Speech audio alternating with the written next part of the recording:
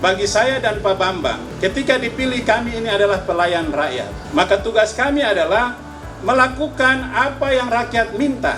Dan permintaan itu bisa dilakukan, maka kami akan melakukannya. Bagi saya, untuk rakyat semua pasti bisa. Nah, yang kedua, yang sudah cukup lama kami perjuangkan di DPR, kalau dari PD Perjuangan, kami punya satu konsep yang pernah kami suarakan berulang-ulang.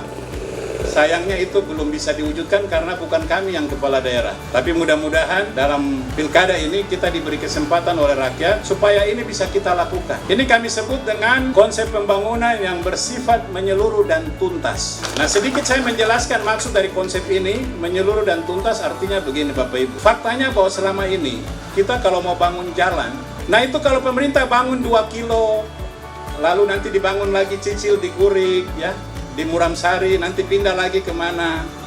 Nah, giliran kita mau bangun kembali menyambung yang tadi itu sudah pada rusak. Nah, contoh lain adalah ketika kita mau bangun rumah rakyat. Kita bangun 2 di Kelapa Lima, 3 di Nowari, mungkin 1 di Rimba Jaya, lalu di Distrik 1 mungkin 20 rumah, dibagi lagi di tempat lain. Nah, kita ingin dengan konsep ini, kita ingin mengajak rakyat untuk mari kita bersepakat. Kalau kemudian saya dan Pak Bambang diberi kesempatan menjadi bupati dan wakil bupati. Nah, kalau tahun pertama masa jabatan kami 2021 itu hanya meneruskan apa yang sudah dibuat oleh pemerintah sekarang.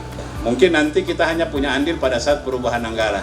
Tetapi 2022, 2023, 2024, dan 2025. Ya, kalau kami 2 periode berarti kita hitung sampai 2030. Maka kita akan sepakat.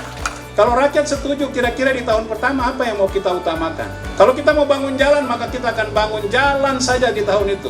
Kalau kita mau rumah rakyat, kita akan bangun rumah rakyat saja di tahun itu. Artinya, kalau uang kita cukup untuk di 1 tahun anggaran, kita membangun rumah di 5 distrik yang ada katakanlah 10, 7, atau 5 kampung, maka di tahun itu 5 distrik itu dan kampung-kampungnya, rumahnya semua kita selesaikan. Siapa yang bilang tidak bisa? Uang kita ada, dan itu tergantung bupati, wakil bupati, dan dukungan rakyat melalui Bapak Ibu anggota DPR. Nah, kenapa ini harus kita lakukan Bapak Ibu? Kalau bicara rumah rakyat, sayang ketika dalam satu kampung kita hanya bangun 20 rumah, sementara masyarakat yang membutuhkan itu ada 50.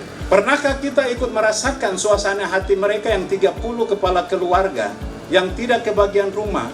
Mereka harus menunggu 5 tahun lagi. Saya kira itu sangat menyakitkan di hati. Tetapi apa daya, mereka tidak bisa bicara. Nah, sama halnya dengan pembangunan jalan tadi. Kalau kita bisa bangun 20 km satu kali di satu tempat, kenapa kita harus cicil 2 kilo di sini, 2 kilo di sana? Saya kira ini tidak efektif sama sekali.